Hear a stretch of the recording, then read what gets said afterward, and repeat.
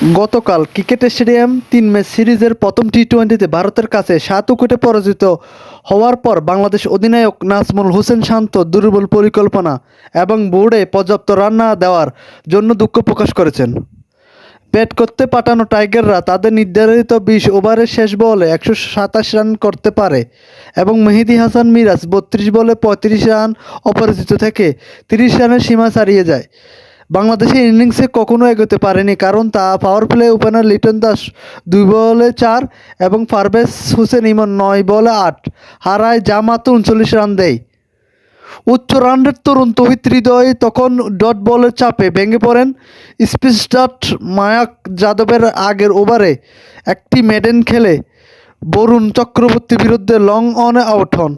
হৃদয় 18 বলে 12 রান করে বিদায় নেওয়ার পর বাংলাদেশ 40-3 নেমে যাওয়ায় পরে কিছুটা সতর্কতা দেখানোর সময় এসেছে।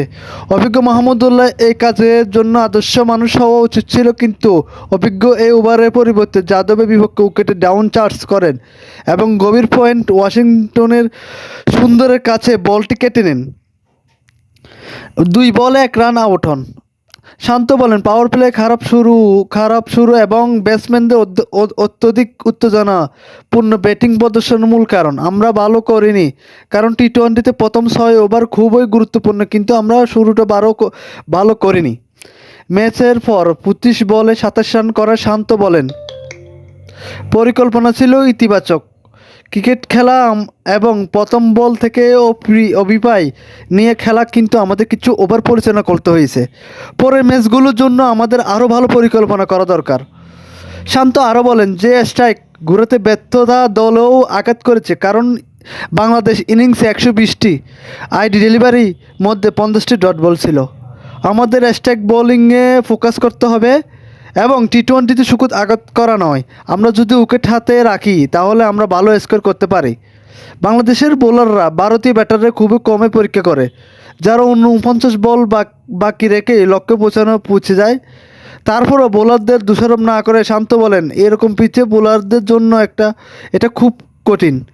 আমাদের আরও রান দরকার, কিন্তু আমি মনে করি রিশাদ হোসেন ভালো বোলিং করেছে এবং মুস্তাফিজুর রহমানও তাই করেছে।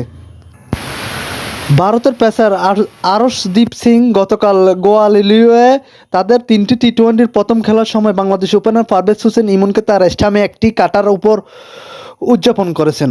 কানপুর দ্বিতীয় টেস্ট থেকে গোয়ালিয়রের প্রথম টি-20-র ফরম্যাট পরিবর্তিত হয়েছে, বেশিরভাগ খেলোয়াড়রা তাই করেছে। বাংলাদেশ যখন আরও আগ্রাসন নিয়ে টি-20 ক্রিকেটের কাছে যাওয়ার নতুন উপায় খুঁজছিল, তখন ভারতের একটি নতুন সেটআপ ছিল।